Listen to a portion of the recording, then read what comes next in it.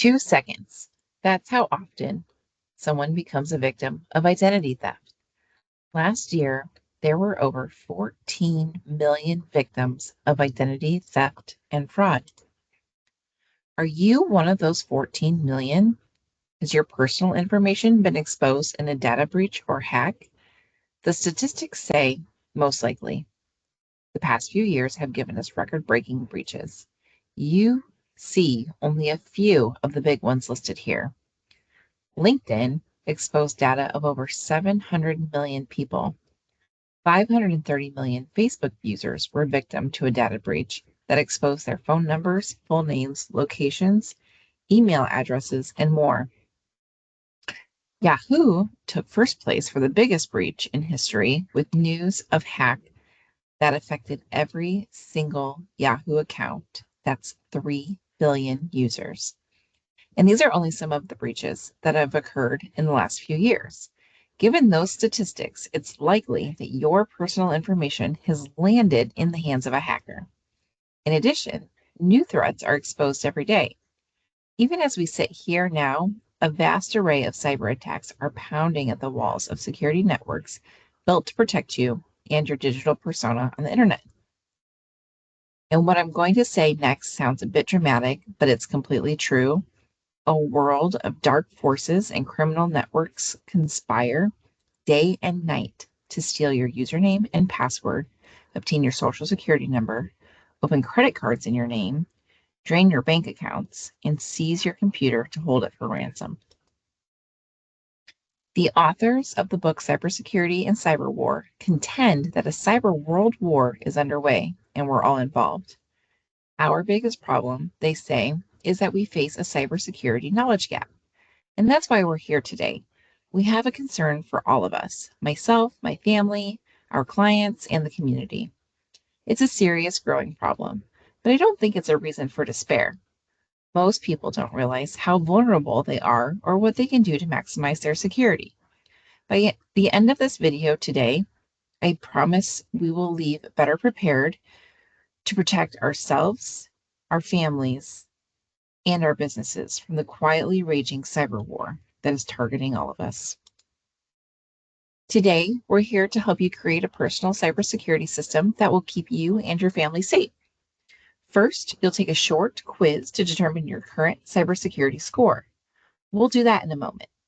Then, once you know your vulnerabilities, I'll teach you the new cybersecurity rules. These are actions you can take that will boost your score. At the end of this video, I'll ask you to pick 3 actions to take right away. Thanks for joining us. Part 1. Let's discover your cybersecurity score. I'll now ask you a few questions. Take a moment to answer the questions yes or no. As we go through, give yourself 5 points for each question you answer yes. At the end, we'll add up your points and determine your cybersecurity score. Don't be discouraged if you score low. Most people really do. Knowing where you stand is the first step in creating your cybersecurity plan. Let's get started. Question 1. I have one email address that I use exclusively for my online financial accounts, banking, credit cards, payment services, brokerage, etc., and nothing else. Question number 2. I have two-step verification or two-factor authentication turned on for my email and online financial accounts. Question 3. I can spot the difference between dangerous free public Wi-Fi and useful secure free public Wi-Fi. Question 4. I understand how to tell if my home Wi-Fi network is vulnerable to hackers and how to boost the network security. Question 5. Whenever any money leaves my bank account or my credit cards are charged, I'm alerted to the transaction. Question number 6. I have complete control over my credit files at the big 3 bureaus, Equifax, Experian, and TransUnion, because I have placed them on the highest security level. Question number 7. I have confirmed with the credit bureaus that my minor children have not been the victims of identity theft and frozen their credit files. Question number 8. I run an updated antivirus software program on my computers and devices. Question number 9. I always make sure that my computer and devices have the most up-to-date software programs, including operating system, browsers, Microsoft Office, iTunes Player, virus protection, wireless router, and Adobe programs. Question number 10. I have a system for ensuring that I can recover from a ransomware phishing attack without paying an extortion fee to a criminal. Okay, add up your points and determine your ranking. Remember, it's yes or no for each question. Each yes gets 5 points. Determine your rating. How did you do? Part 2. Learn the new cybersecurity rules. I believe you can develop 3 cybersecurity mindsets to strengthen and maintain your cybersecurity so that staying safe is simple. The 3 mindsets cover various parts of your life and overlap to form a sweet spot of actions that will boost your cybersecurity score. Each mindset alone provides greater security, but the combination of the 3 really makes you secure. The mindsets are secrecy, omniscience, and mindfulness. Each mindset contains a group of actions for people to take called the new cybersecurity rules. I'm going to explain all 3 mindsets and the associated rules. Let's take a look at the first mindset. We all need more secrecy in our lives, and that is why our first key idea is adopting a new level of secrecy that can boost your security and cyber confidence.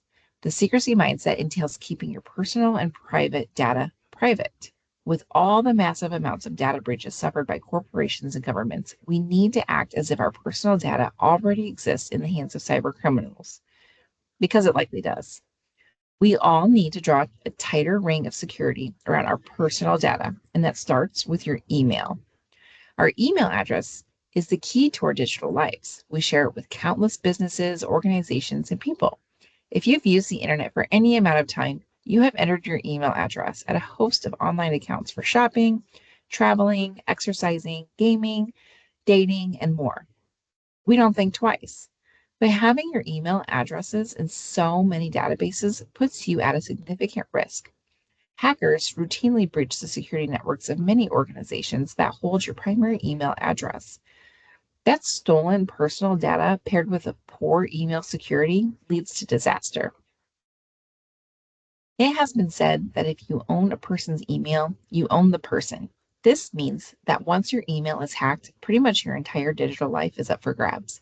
So even if you've done your due diligence to have all your passwords be different, if your email is hacked and it's associated with your other online accounts, the hacker could simply use a reset password and get access to all your other accounts. Now, you may not care if someone hacks into your Food Network or your Yelp account, but you certainly don't want your online banking exposed in the same way. This is why you need to create a separate, secret email for your financial accounts. This email address should be unidentifiable. Don't use your first name, last name, initials, or other identifying information. It should also be protected by a strong and unique password. A separate email address reduces your digital footprint, and if your primary non-financial email address is exposed in a hack, it will not be connected to your financial accounts. This is a key step in boosting your security. And our email addresses need to be protected by good, strong passwords, but we all face something called the password paradox. Easy to remember passwords are easy to break. Hard to break passwords are hard to remember. Many passwords we use are child's play for hackers. Computer power gets stronger with each passing year. That means the bad guys can figure out your password in no time flat. How long does it take for a computer to crack 1,000 weak passwords? Just 17 minutes. One reason for this is that people choose passwords that have less than 6 characters, or they use name, dictionary words, or other common passwords like password or 1234566. There are other ways to think about passwords. You could create a mnemonic phrase with numbers or symbols thrown in, For instance, a woman I know takes the first line of a prayer she says every day and uses the first letter of each of the first 10 words of the prayer. She adds some numbers and symbols and has a very strong password. Or you could use a poem, song lyrics, or phrase. You see an example there. Or you could try this. You create a password that embodies a goal that you're trying to reach, such as exercising, quitting smoking, or saving money. This is especially good when you need to change your password every 6 months. Each time you type your password, instead of it being a negative drag on your brain, it will positively reinforce your specific goal. You see an example here. You can get as creative as you like. Remember to drop out some letters and replace them with symbols to boost your password strength. You may be thinking, how will I remember all of that? We all know the number of passwords we have is growing. It's nearly impossible to remember a unique and strong password for all of our accounts, which is why I recommend using a password manager. A password manager stores all of your passwords in an encrypted file stored on your computer or in the cloud. The file is protected with a master password, the only password you'll have to remember. Of course, you'll want that password to be as strong as possible. Creating strong passwords is just the first step in your account protection plan. We need to put another layer of security in our all-important accounts such as email, online banking, social media, and more. The extra layer is a relatively new trend in online security called two-step verification, or sometimes two-factor authentication. It should be added to any account you have that supports the technology. With this approach, when you start to log into an online account, you're sent a short-lived one-time passcode. You must use that code to finish logging in. You can receive this code via text message or something called an authenticator app. The authenticator app is the most secure option as it is more difficult for hackers to compromise. Some popular authenticator apps are Google Authenticator and Microsoft Authenticator. This method stops your accounts from getting hacked because it requires two separate things: something you know, your password, and something you have, the temporary code. So even if a hacker has your password, he won't gain access, and you'll be alerted if someone is trying to break into your account. If you get a code and you haven't tried to log in, you know something is up. At that point, you'll want to change your password. And you don't have to worry about entering a code every time you log into your account from your device. On many sites, you can designate safe devices, or you only need to enter the verification code every 30 days when logging on from that device.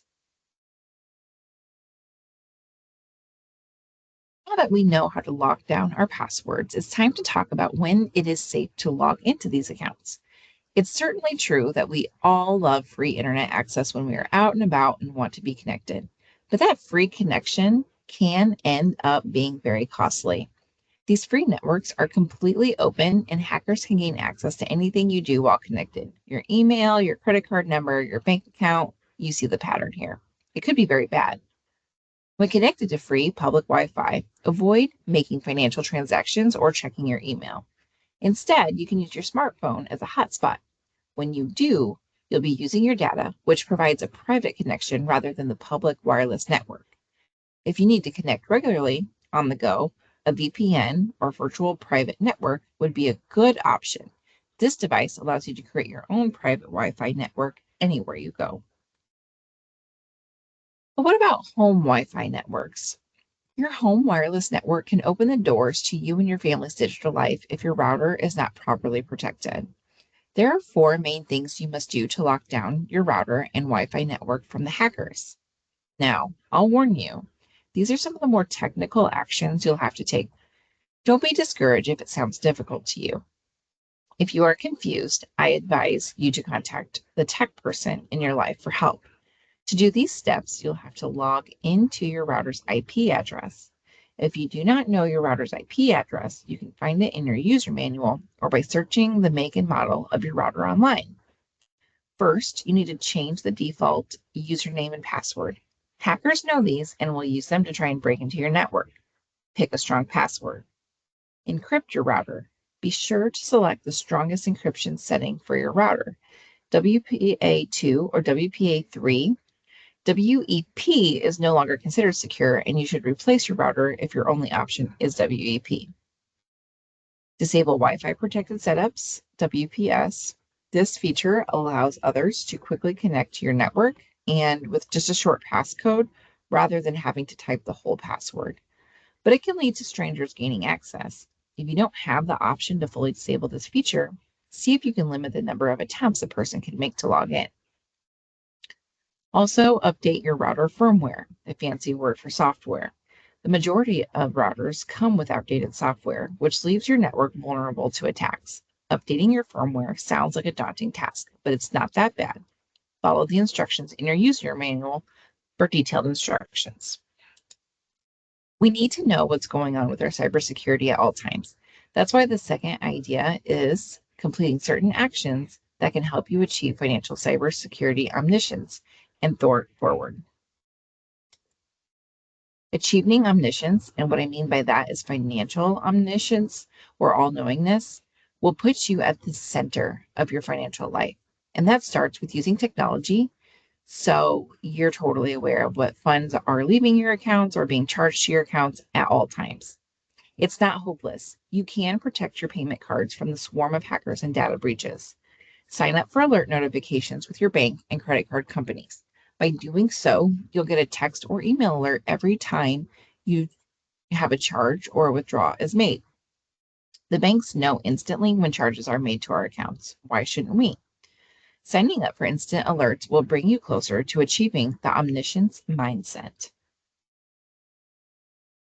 This is absolutely critical to everyone's cybersecurity. Let's see what I mean. Now, here's something most people don't quite understand about their credit files. By default, our credit files are open. That means anyone with enough information to impersonate you may be able to open a new line of credit in your name. It happens all the time and it is a major source of identity theft. And when you consider how many private and public organizations have been hacked, institutions we've trusted with our social security numbers, employment history, and other details about our financial lives, you need to be worried about the state of your credit file at the three big agencies. We need to take back control of our credit through a credit freeze. A credit freeze locks your credit file with a PIN at each of the credit bureaus. No new credit can be issued in your name unless you lift the freeze with your special PIN. You will have to contact each of the credit bureaus separately. Credit freezes are free in every state thanks to a federal law passed in 2018. Previously, the cost varied per state and would be up to about $10 per action. A credit freeze puts you in control. It is way more secure than credit monitoring or fraud alert, both of which will alert you after credit has been issued in your name. With a credit freeze, you can prevent identity theft from happening instead of cleaning up after your identity theft nightmare. But it's not just your credit that you need to be concerned about. Experts say that 500,000 children suffer from identity theft every year. Why? Their clean records are attractive to thieves looking to open new accounts without any issues. And the theft can go unnoticed for years, as parents and guardians often don't think to check their children's records. But childhood identity theft can lead to a lifetime of fraud and ruined credit.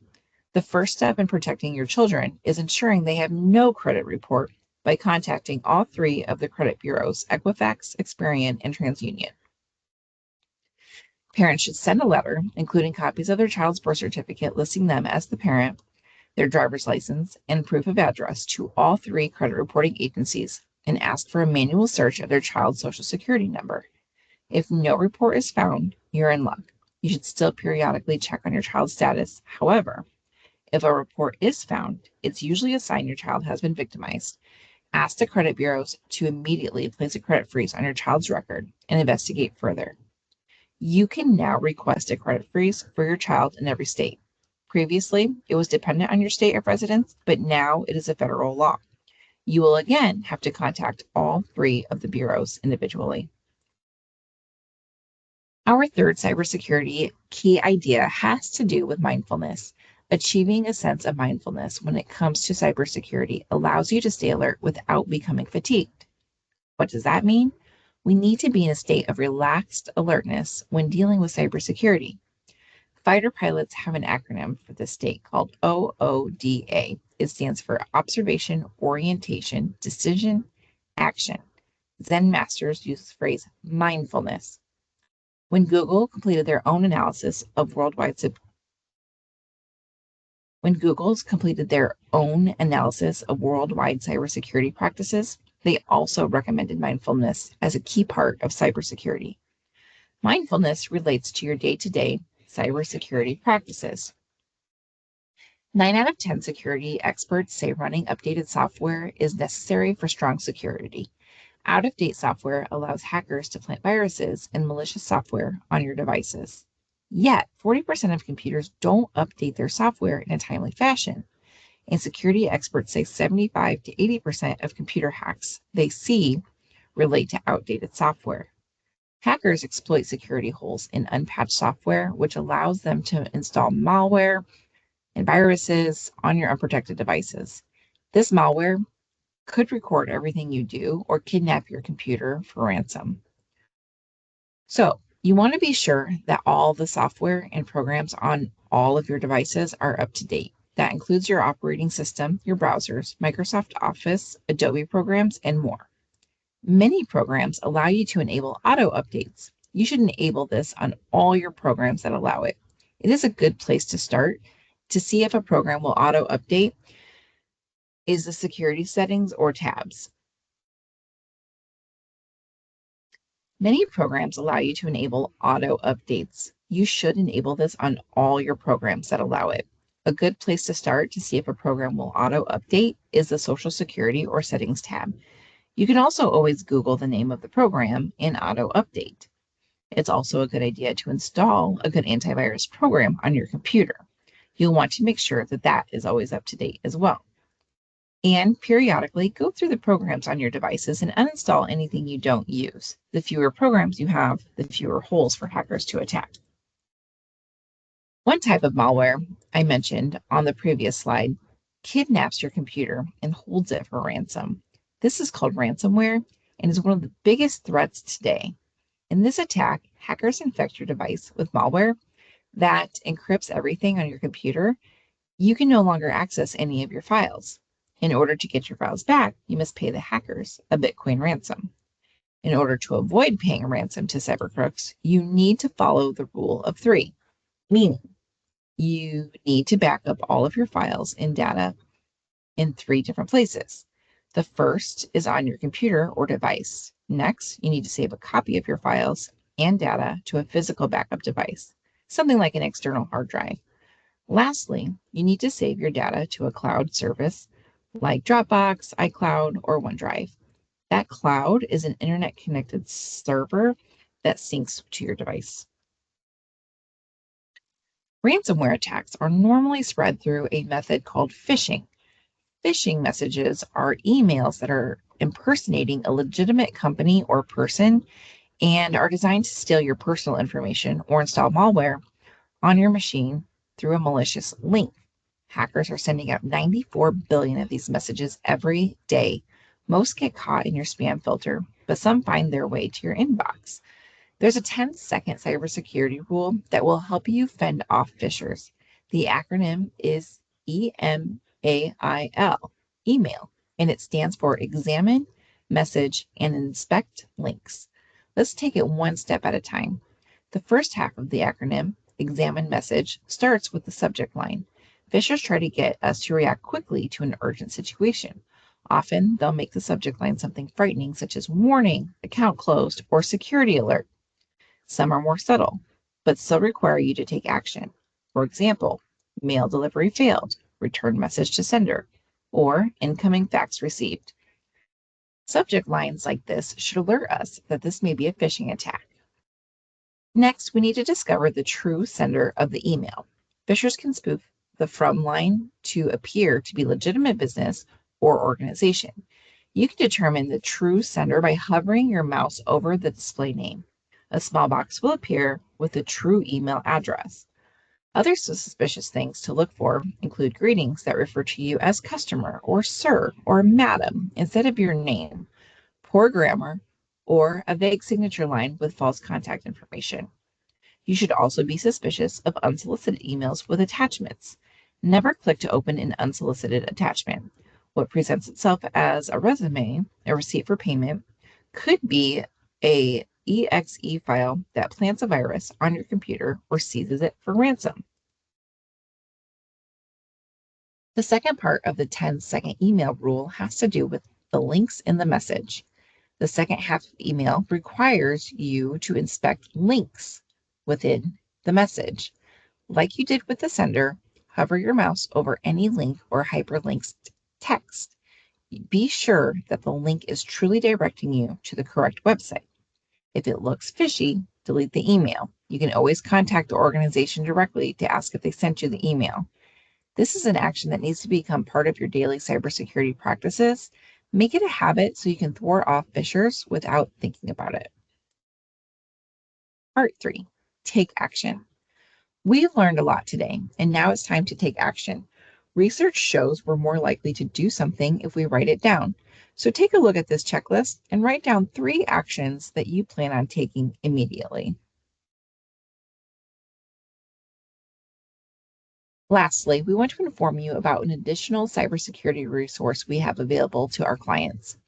There is a book that complements this presentation and will educate you on the items we did not talk about today. It's called Hack Proof Your Life Now, the new cybersecurity rules. And it is available on Amazon, but we also have a few copies in both of our Cedar Rapids and Lisle locations. Feel free to request a copy from your advisor while supplies last. Now, you have the core knowledge to create your own personal cybersecurity plan. I hope you found this information to be helpful and informative in terms of your thinking and commitment to cybersecurity. It's totally doable to be safer and more alert on the internet. Thank you.